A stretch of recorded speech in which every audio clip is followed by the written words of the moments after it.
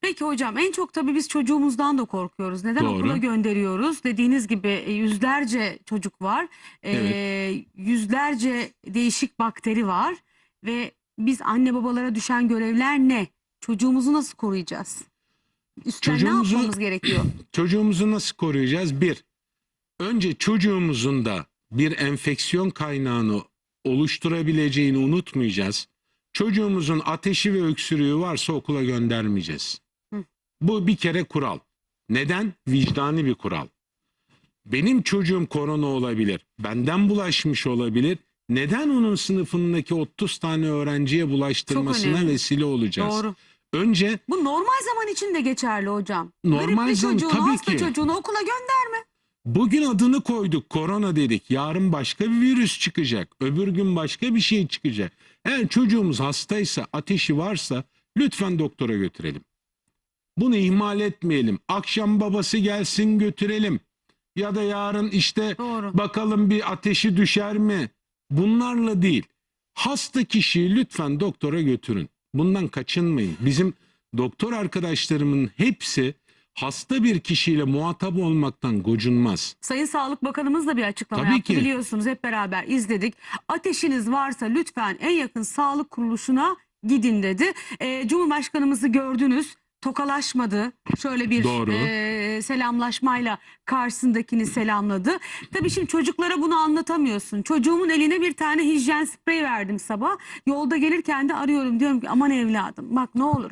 Her teneffüste, her dakika bir şey yemeden önce eline o hijyeni sık. Aman anne çok abartıyorsun diyor. Çocuk çünkü o bilinçte değil ki. Çocuk farkında bile değil neyin ne olduğunu. Çocukları korumak çok zor. Dolayısıyla hani biz annelere çok büyük görev düşüyor. Düşüyor. Ne yapmamız gerektiğini hocam söyledi. Bir şey daha soracağım size. Bu da çok önemli. İleri yaşta ve ülkemizde çok yaygın romatizmal hastalıklar, kalp hastası, Doğru. şeker hastası, tansiyon hastası ve ileri yaştaysan bu hastalıklardan biri sende varsa sen hepimizden daha çok risk altındasın. Doğru. Onlar nasıl beslenmeli? Bu grupta olanlar. Evet.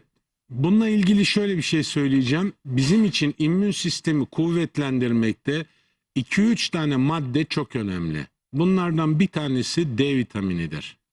D vitamini arkadaşlar ne kadar dışarıdan alırsanız alın, yoğurttan, sütten, peynirden, güneşle temas etmediğiniz sürece, güneş vücudunuzda o D vitaminini aktif hale getirmediği sürece hiçbir işe yaramıyor. Bunu bilin. Böbreklerden idrarla atılıyor. Önemli olan D vitamini almak, güneşte kalmak. Görebildiğimiz kadar güneş görmek. İkincisi çinko. Çinko içeren işte bazı, mesela Sayın Cumhurbaşkanımız da söyledi, pekmez, bunun gibi böyle kendimizin doğal olarak işte baldı, polendi, pekmezdi bu tür şeylerden çinkoyu almamız, hatta bunları alma imkanımız yoksa, köy gibi yerde durmuyorsak, doğal ürünler bulamıyorsak ilaç olarak çinkoyu alabiliriz. C vitamini aynı şekilde. C vitamini de virüsler üzerine öldürücü etkinliği var.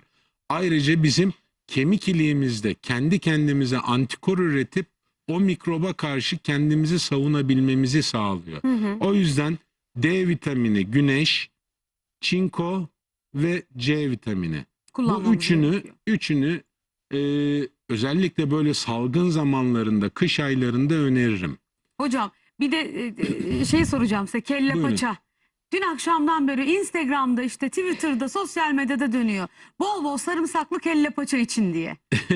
Şimdi herhalde sarımsak, yine ben de sosyal medyada okudum. Yanınıza insan bulaşmasını engellemek içindir. Ağzınız kokacağı için kimse yanınıza Yakın yaklaşamaz temastan ama uzak.